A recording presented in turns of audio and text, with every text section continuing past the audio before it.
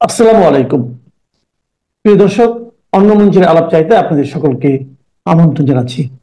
বাঙালি জাতির পুণ্যস্থান, যেখানে ঘুমিয়ে আছেন বাঙালি জাতির পিতা আমাদের মহান নেতা বঙ্গবন্ধু শেখ মুজিবুর রহমান, সেই পুণ্যভূমি গোপালগঞ্জে আজ নির্বিচারে গুলি চালিয়ে নির্মমভাবে হত্যা করা হয়েছে মুজিব আদর্শে বিশ্বাসী অসংখ্য তাজা প্রাণকে। শেষ রক্ষা কি এতে হবে? শেষ রক্ষা হবে না।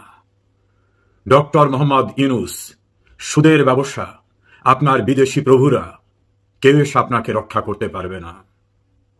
আর ইউনূসের তল্পি বাহকদের দেখলাম পুলিশ হেডকোয়ার্টারে অথবা কোনো গুরুত্বপূর্ণ জায়গায় বসে গোপালগঞ্জের পরিস্থিতি তথ্য প্রযুক্তির সাহায্যে দেখছেন, এবং কোনো কোনো জায়গায় আসছে ডাইরেক্ট গুলি করার নির্দেশ। কয়েকটি সামাজিক যোগাযোগ মাধ্যম ও টেলিভিশনে দেখা যাচ্ছে সশস্ত্র বাহিনীর সদস্যদেরকে ডাইরেক্ট গুলি করার আদেশ আসছে, তারপরেই নির্বিচারে গুলি। এবং শুধু গুলি করা নয়, ৭১-এর ভয়াল চিত্র ফুটে উঠেছে। সেনা সদস্যের বুটের নিচে বঙ্গবন্ধুর পুণ্যভূমির প্রতিবাদকারী মানুষরা গলার উপরে বুট দিয়ে পা দিয়ে চেপে ধরে রেখেছে। এত নৃশংস, এত বর্বরচিত দৃশ্য আমরা ৭১ সালে দেখেছিলাম। ২০২৫ সালের ১৬ জুলাই সেই একই দৃশ্যের অবতারণা হলো। এর সঙ্গে যারা জড়িত সেনাপ্রধান, তাদের বিরুদ্ধে ব্যবস্থা নিন। এটা সম্পূর্ণরূপে বেআইনি, এটা বর্বরতা, এটা গণহত্যা, এটা মানবতার পরিপন্থী কর্মকাণ্ড। এর থেকে পরিত্রাণ কেউই পাবেন না। ঢাকায় বসে আদেশ দেন আর গোপালগঞ্জে বসে আদেশ দেন, যারা যেখান থেকে গুলি করেন আর আদেশ দেন, প্রত্যেকেই কিন্তু মানবতা বিরোধী গণহত্যার দায়ে আজ অভিযুক্ত হলেন। আমি আশা করব এদের বিরুদ্ধে ব্যবস্থা নেওয়ার। ইউনূস যে কোনো সময় পালিয়ে যেতে পারে। তার তল্পিবাহক, তার চামচা, তার দালাল, তার এই অপকর্মের সহযোগীরা, যারা আজকে ডিজিটাল মাধ্যমে গোপালগঞ্জের পরিস্থিতি পর্যবেক্ষণ করে নৃশংসতার আদেশ দিচ্ছেন, সেখানে উপদেষ্টা সজীব মাহমুদ আসিফ ভুঁইয়া, আসিফ নজরুল সহ অনেককে দেখা যাচ্ছে, নিশ্চয়ই এই অপকর্মের দায় থেকে অব্যাহতি পাবেন না। কি টার্গেট ছিল আজকের কর্মসূচির? টার্গেট ছিল বঙ্গবন্ধুর পুণ্যভূমি, বঙ্গবন্ধুর কবর, বঙ্গবন্ধুর মাজার গুড়িয়ে দেওয়া, গোপালগঞ্জে গিয়ে আস্ফালন করা। এই জঙ্গি পরিকল্পনা নিয়ে বিদেশে থাকা জঙ্গি বাবাদের পরামর্শে আজ গোপালগঞ্জে হামলা করা হলো। গোপালগঞ্জের মানুষও দেখিয়ে দিয়েছে, আবাল বৃদ্ধ বনিতা দল মত নির্বিশেষে সবাই রাস্তায় নেমে এসেছে। হাজার হাজার নয়, কয়েকটি টেলিভিশনের ধারাভাষ্যে তারা বলেছে লক্ষ লক্ষ মানুষ রাস্তায়। একটি পত্রিকার লাইভ ব্রডকাস্টে শুনলাম সাংবাদিক বলছেন, হেলিকপ্টার বা সাজোয়া যানে উদ্ধার করা না হলে এখান থেকে কেউ ফিরে যেতে পারবে না, এমন ভাবে মানুষ রাস্তায় বেরিয়ে আসছে, নারী পুরুষ আবাল বৃদ্ধ বনিতা। আগ্নেয়গিরির অগ্নি উদ্গীরণ শুরু হয়েছে বঙ্গবন্ধুর পুণ্যভূমি থেকে, সারা বাংলাদেশে ছড়িয়ে যাবে এটা।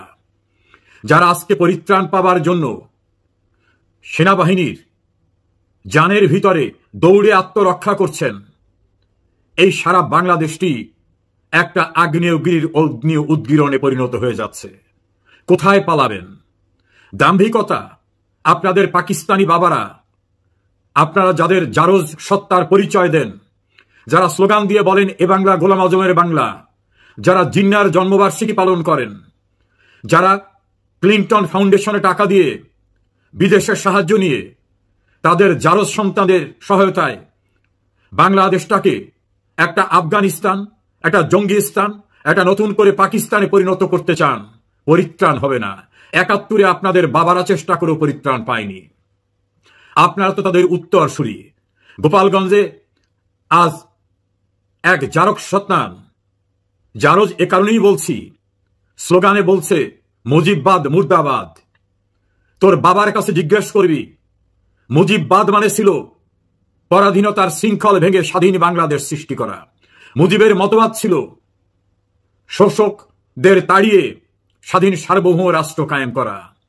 সেটা যদি মুর্দাবাদ করতে হয়, তোদের স্থান হবে পশ্চিম পাকিস্তানে, তোর বাবারা যেখানে আছে সেখানে যেতে পারবি না।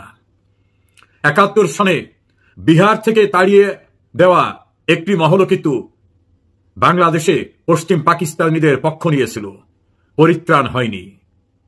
এই দেশকে পূর্ব পাকিস্তানে পরিণত করতে চাওয়া তোমাদের আদর্শের বাবারাও কিন্তু পরিত্রাণ পায়নি। তারা বঙ্গবন্ধুর হত্যার পরে পাকিস্তানি পাসপোর্ট নিয়ে বাংলাদেশে এসেছিল। মাওলানা আব্দুর রহিম তার ইন্টারভিউতে বলেছিলেন, শেখ মুজিব না থাকলে আমাদের পরিত্রাণ থাকতো না। সেজন্য তিনি তার অনুসারীদের বলেছিলেন, ভুলেও কখনো শেখ মুজিবের সমালোচনা করবে না। শাহজিজ একই কথা বলেছিল, খানে সবুর একই কথা বলেছিল। পাকিস্তানি দালালেরা বাংলাদেশে যে বীজ বপন করে গেছে, তাদের সেই উত্তরসূরি বঙ্গবন্ধু ভবন গুড়িয়ে দিয়েছে। আজ টুঙ্গিপাড়ায় হামলা করতে চেয়েছিল। এই নির্বোধেরা জানে না, জীবিত শেখ মুজিবের চেয়ে মৃত শেখ মুজিব কোনো অংশে কম শক্তিশালী না। মুজিব একটি আদর্শের নাম, মুজিব একটি বিশ্বাসের নাম, মুজিব একটি দর্শন, মুজিব একটি অনুভূতি, যে অনুভূতি সারা বাংলায় বিস্তৃত হয়ে আছে, যে অনুভূতি গ্রামগঞ্জরে, শহরে, নগরে, বন্দরে সর্বত্র ছড়িয়ে আছে। বঙ্গবন্ধু একটি ভালোবাসা। বঙ্গবন্ধু না থাকলেও তার আদর্শ আছে, তার উত্তরসূরি, তার আদর্শের উত্তরসূরি, তার রক্তের উত্তরসূরি শেখ হাসিনা, শেখ রেহানা রয়েছে।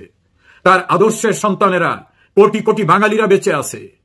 যতদিন বাংলাদেশে পথ করে লাল সবুজের পতাকা উড়বে, যতদিন বিশ্বের বুকে এই স্বাধীন বাংলাদেশ ভূখণ্ড থাকবে, মুজিব আদর্শ কেউ বিনাশ করতে পারবে না। তবে গোপালগঞ্জের মানুষদের স্যালুট জানাই। আজ তারা দেখিয়ে দিয়েছেন তাদের সুপ্ত ক্ষোভ আজকে বারুদের মতো বিস্ফোরিত হয়েছে। অনেককে মৃত্যুর মুখে ঢলে পড়তে হয়েছে। বিপ্লবে এই ত্যাগ শ্রদ্ধার সঙ্গে সারা বাংলাদেশ মনে রাখবে। অসংখ্য মানুষ গুলিবিদ্ধ হয়ে, নির্যাতনের শিকার হয়ে আজ বিভিন্ন হাসপাতালে, রাস্তাঘাটে পড়ে আছে। আপনাদের শক্তি, আপনাদের ভালোবাসা, আপনাদের রক্তই আগ্নেয়গিরির সুপ্ত লাভা বিস্ফোরিত হয়ে উঠেছে। তোদের রক্ষা হবে না, তোদের পরিত্রাণ হবে না। গোপালগঞ্জে আমাদের 24 বছরের দখল করে থাকা হায়নাদার বাহিনীকে তাড়াতে প্রেরণা জুগিয়েছিল। সেই গোপালগঞ্জ থেকে আজ শুরু হলো নতুন অধ্যায়ের বাংলাদেশের, দেশের বাইরে যে যেখানে আমরা বাঙালিরা আছি, আমাদের লড়াই শুরু হয়ে গেল অপ্রতিরোধ্য গতিতে। এই অন্ধকার থেকে গোপালগঞ্জের মানুষের রক্তের প্রতিটি কণা আমাদের শক্তি যোগাবে। আমরা নিশ্চিতভাবে বিশ্বাস করি আমাদের লড়াই চূড়ান্তভাবে, নতুনভাবে আবার শুরু হলো। বিজয় আমাদের অনিবার্য। এই বিজয় কেউ ঠেকিয়ে রাখতে পারবে না। জয় হোক বঙ্গবন্ধুর। বঙ্গবন্ধু, তুমি তোমার অন্য স্থান থেকে আশীর্বাদ করো। তোমার সন্তানরা জেগে আছে। ইনশাআল্লাহ আমরা হানাদার নতুন প্রজন্ম, পাকিস্তানিদের জারজ সন্তানদের এদেশকে আর দখল করে রাখতে দেব না, তাড়িয়ে দেবই দেব। খুনি ইউনূস, তোমার নির্দেশে, তোমার উপদেষ্টাদের নির্দেশে আজ যারা এই হত্যাযজ্ঞ, গণহত্যা চালালো বঙ্গবন্ধুর পুণ্য স্থানে, ইউনূস, তোমার পরিত্রাণ হবে না, তোমার সঙ্গীদের পরিত্রাণ হবে না। জয় আমাদের নিশ্চিতই।